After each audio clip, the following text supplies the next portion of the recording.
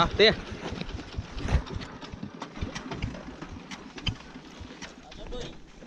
đó bạn nói đi hình ô cái đào khăn nào mày chú xuống mày chanh đây mà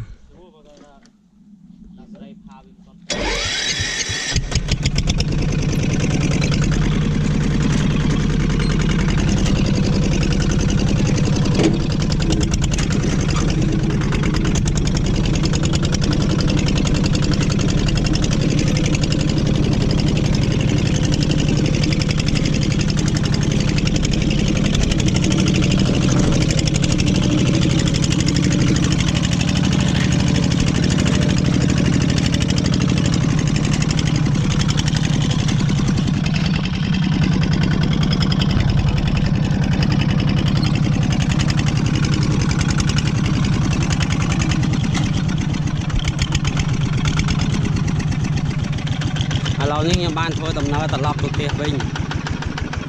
ให้บางปนตัวสนามเลยอะไรนึงว้าลืมนี่พวกเราจ้องแบ่งมือไปตัวรู้ตัวสนามเลยป่ะ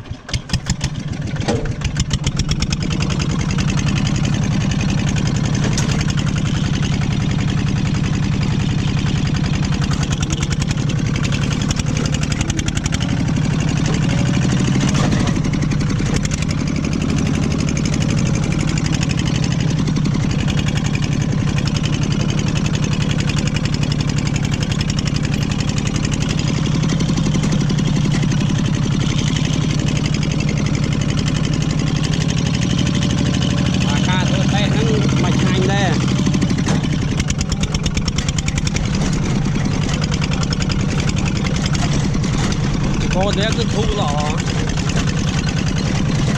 cô thế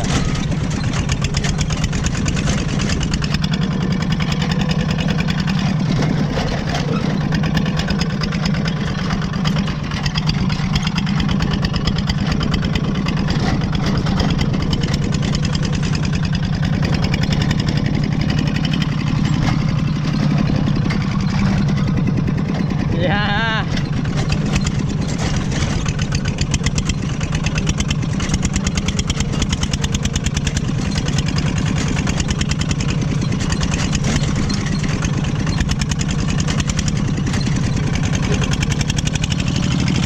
Nâng nhóm bạn thôi tận lót một tiếng kinh hả xa ta mong bài bạn thôi tận lót một tiếng kinh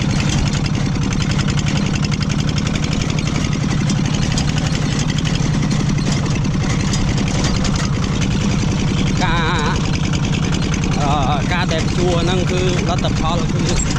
và ok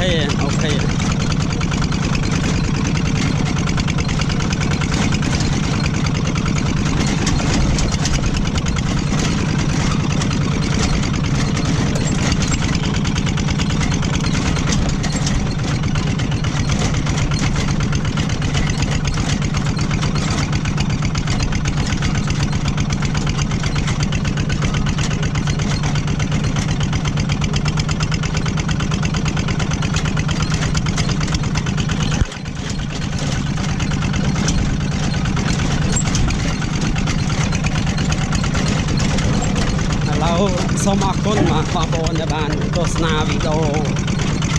បស់ស្វាងវិចិត្រហើយសូមមេត្តាជួយ share